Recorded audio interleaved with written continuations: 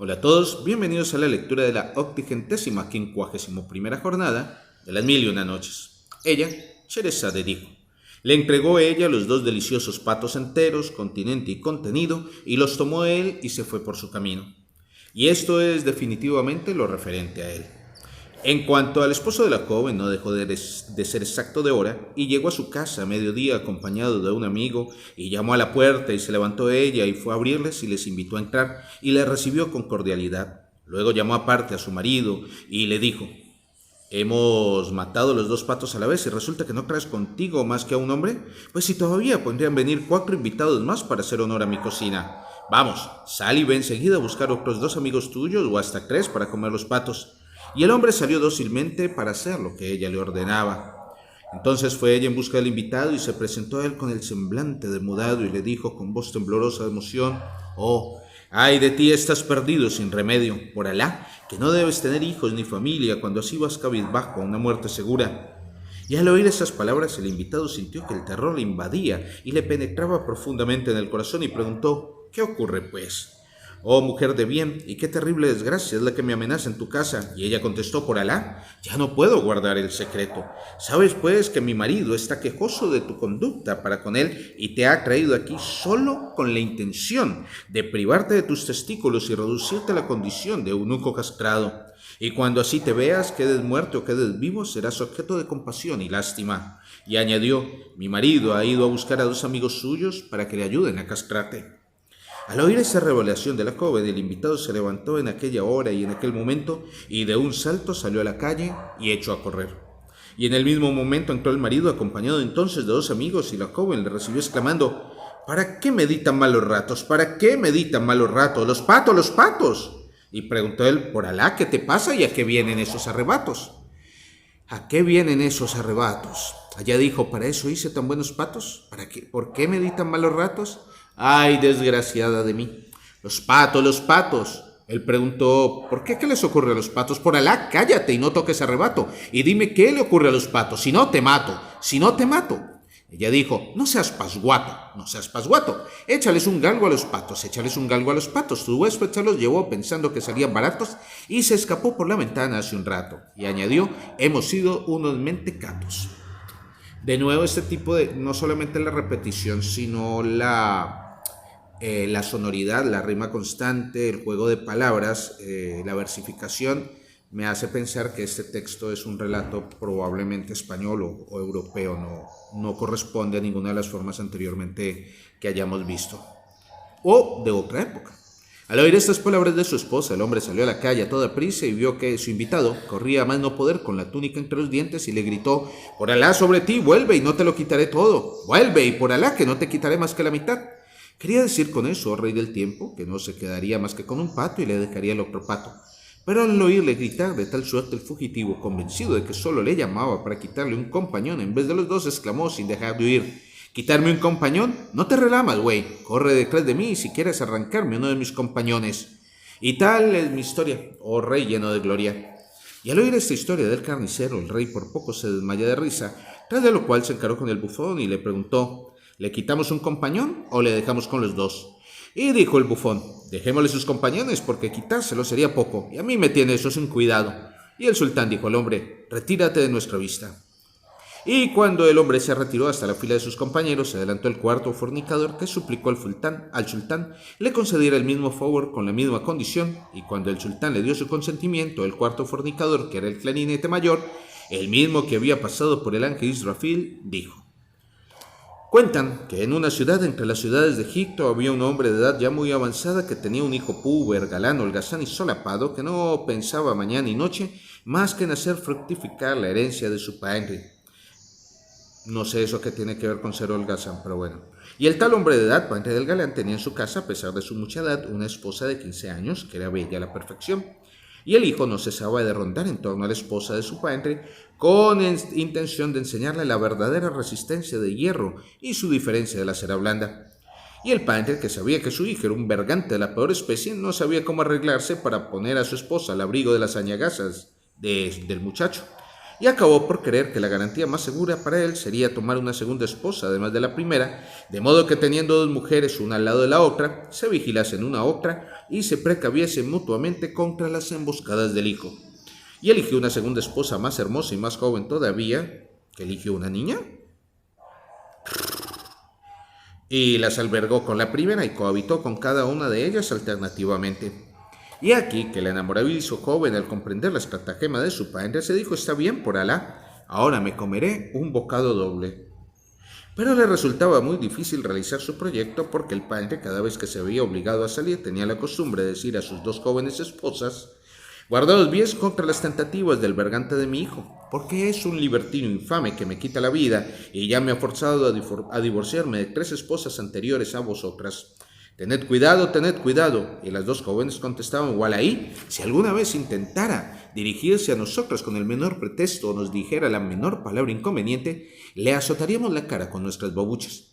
Y el viejo insistía diciendo: tened cuidado. Y ellas contestaban: sabemos guardarnos nosotras solas.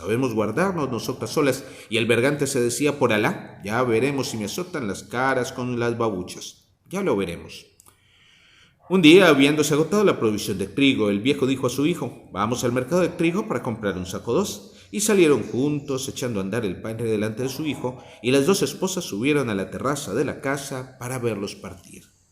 Y aquí que en el trayecto se acordó el viejo de que no había cogido sus babuchas, que tenía la costumbre de llevarse en la mano por el camino o de colgárselas al hombro, y dijo a su hijo: vuelve enseguida a casa por ellas. Y el tunante volvió a la casa en un vuelo y, divisando a las dos jóvenes esposas de su padre sentadas en la terraza, les gritó desde abajo: mi padre me envía a vosotras con una misión. Ellas preguntaron: ¿cuál? Él dijo: me ha ordenado que venga aquí y suba a besaros cuanto quiera a las dos. Y ellas respondieron: ¿qué estás diciendo, oh perro? Por Alá, tu padre no ha podido encomendarte nunca semejante misión, y mientes, oh bribón de la peor especie, oh cochino. Él dijo: Walaí, yo no miento, y añadió: voy a probaros que no miento. Y con toda su voz gritó a su padre que estaba lejos: oh padre mío, una solamente o las dos. Y el viejo contestó con toda su voz: oh desalmado, las dos a la vez, y que Alá te maldiga.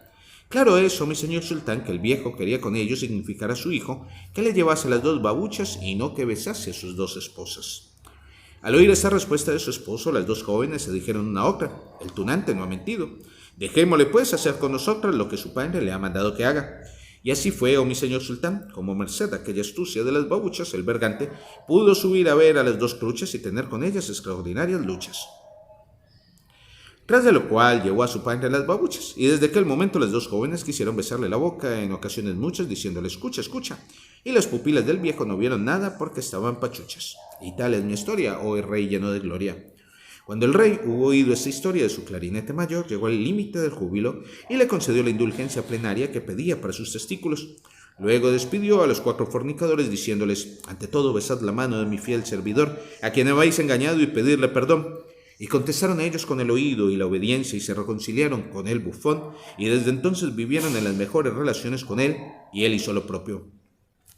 Pero, continuó Sherezada, es tan larga la historia de la malicia de las esposas, oh rey afortunado, que prefiero contarte por el pronto la maravillosa historia de Alí Baba y los 40 ladrones.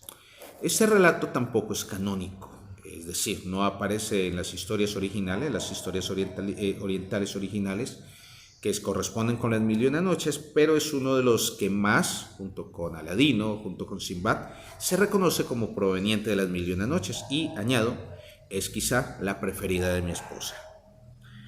Y Sherezade dijo al rey Shahriar: he llegado a saber, oh rey afortunado, que por los años de hace mucho tiempo y en los días del pasado ido, había en una ciudad entre las ciudades de Persia 2 hermanos, uno de los cuales se llamaba Casín y el otro Alí Baba. Exaltado sea aquel ante quien se borran todos los nombres, apelativos y motes, y que ve las almas en su desnudez y las conciencias en su profundidad, el Altísimo, el dueño de los destinos. Amén. Y prosigo. Cuando el padre de Casín y de Alí Baba, que era un hombre vulgar, hubo fallecido en la misericordia de su señor, los 2 hermanos se repartieron con toda equidad en el reparto lo poco que les había tocado de herencia. Pero no tardaron en comerse la exigua ración de su patrimonio, y de la noche a la mañana se encontraron sin pan ni queso y muy alargados de nariz y de cara. Y he aquí lo que trae el ser tonto en la primera edad y olvidar los consejos de los cuerdos. Pero el mayor, que era Casín, al verse a punto de derretirse de inanición en su piel, se puso pronto al acecho de una situación lucrativa, y como era avisado y estaba lleno de astucia, no tardó en entablar conocimiento con una alcahueta. Alecado sea el maligno, que después de poner a prueba sus facultades de cabalgador y sus virtudes de gallo saltarín y su potencia de copulador, le casó con una joven que tenía buena cama, buen pan y músculos perfectos, y que era cosa excelente. Bendito sea el retribuidor. Y de tal suerte, además de refocilarse con su esposa, tuvo él una tienda bien provista en el centro del zoco de los mercaderes, porque tal era el destino escrito sobre su frente desde su nacimiento. Y esto es lo referente a él. En cuanto al segundo hermano, que era Ali Baba, he aquí lo que sucedió. Como por naturaleza estaba exento de ambición, tenía gustos modestos, se contentaba con poco y no tenía los ojos vacíos, se hizo leñador y se dedicó a llevar una vida de pobreza y de trabajo. Pero a pesar de todo, supo vivir con tanta economía, merced a las lecciones de la dura experiencia, que pudo ahorrar algún dinero empleándolo con prudencia en comprarse primeramente un asno, después 2 asnos y después 3 asnos, y los llevaba a la selva consigo todos los días y los cargaba con los leños y los haces que antes se veía obligado a llevar a cuestas. Convertido de tal suerte en propietario de 3 asnos, Ali Baba inspiró tanta confianza a la gente de su corporación, todos pobres leñadores, que uno de ellos tuvo por un honor para sí ofrecerle su hija en matrimonio. Y en el contrato ante el cadí y los testigos se inscribieron los 3 asnos de Ali Baba por toda dote y toda viudedad de la joven, quien, por cierto, no aportaba a casa de su esposo ningún equipo ni nada que se le pareciese, ya que era hija de pobres. Pero la pobreza y la riqueza no duran más que un tiempo limitado, en tanto que Alá el Exaltado es el eterno viviente. Y gracias a la bendición, Ali Baba tuvo de su esposa, la hija de leñadores, niños como lunas que bendecían a su Creador. Y vivía modestamente dentro de la honradez en la ciudad con toda su familia, del producto de la venta de sus leños y haces, sin pedir a su Creador nada más que esta sencilla dicha tranquila.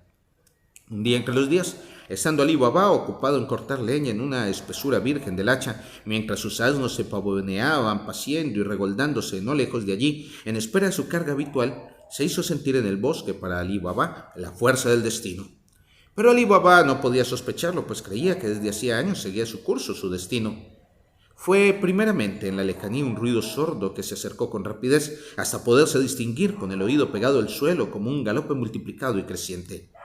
Y Ali Baba, hombre pacífico que detestaba las aventuras y las complicaciones, se asustó mucho de encontrarse solo sin más acompañantes que sus 3 asnos en aquella soledad, y su prudencia le aconsejó que sin tardanza trepase a la copa de un árbol alto y gordo que se alzaba en la cima de un pequeño montículo y que dominaba toda la selva. Y apostado y escondido así entre las ramas pudo examinar de qué se trataba.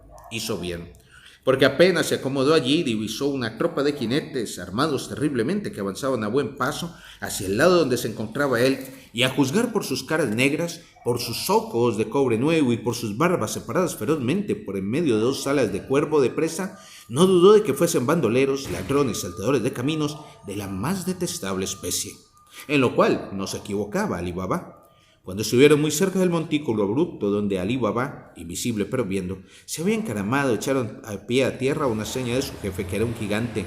Desembridaron sus caballos, colgaron al cuello de cada uno un saco de forraje lleno de cebada que llevaban a la grupa detrás de la silla y lo ataron por el ronzal a los árboles de los alrededores, tras de lo cual cogieron los zurrones y se los cargaron a hombros, y como pesaban mucho aquellos zurrones, los bandoleros caminaban agobiados por su peso.